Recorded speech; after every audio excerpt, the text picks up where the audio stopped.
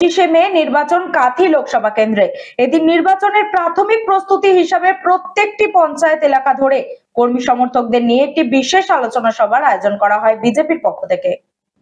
আগামী 25 মে ভোট গ্রহণ কাথি লোকসভা কেন্দ্রে। তার আগেই প্রত্যেকটি পঞ্চায়েত এলাকা থেকে কর্মী সমর্থকদের নিয়ে বিশেষ আলোচনায় বসেছে গেরুয়া শিবির। আজ বাদলপুর গ্রাম পঞ্চায়েত এলাকায় কয়েকশো কর্মী সমর্থকদের সঙ্গে নিয়ে বিজেপি প্রার্থী সৌমেন্দু অধিকারী একটি কর্মী সভা করেন।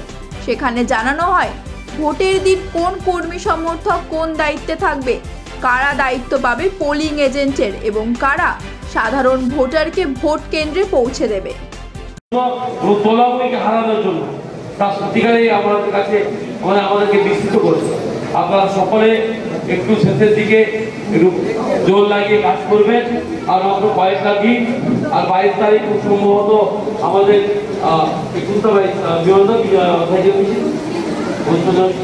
আমাদের বাড়ি বাড়ি সকলকে নেতৃত্বদেরকে যে যার মুখে সংকট অভিযানে যেতে হবে।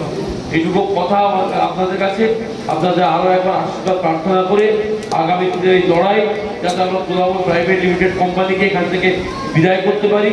মোদীজির নেতৃত্বে দিল্লি সরকার, বিজেপির নেতৃত্বে পশ্চিমবঙ্গের সরকার, ডবল ইঞ্জিন সরকার আমাদের স্থাপন করে পশ্চিমবঙ্গে আরো উন্নয়ন, বেকার যুবক যুবতীদের জন্য কাজের সংস্থান, বিনিয়োগ নিয়েছে কলকারখানা স্থাপন এবং আমাদের এই রাজ্যের 50 লক্ষ পরিযায়ী শ্রমিক তাদেরকে আমাদেরকে রাজ্যে ফিরিয়ে আনার ব্যবস্থা করতে হবে।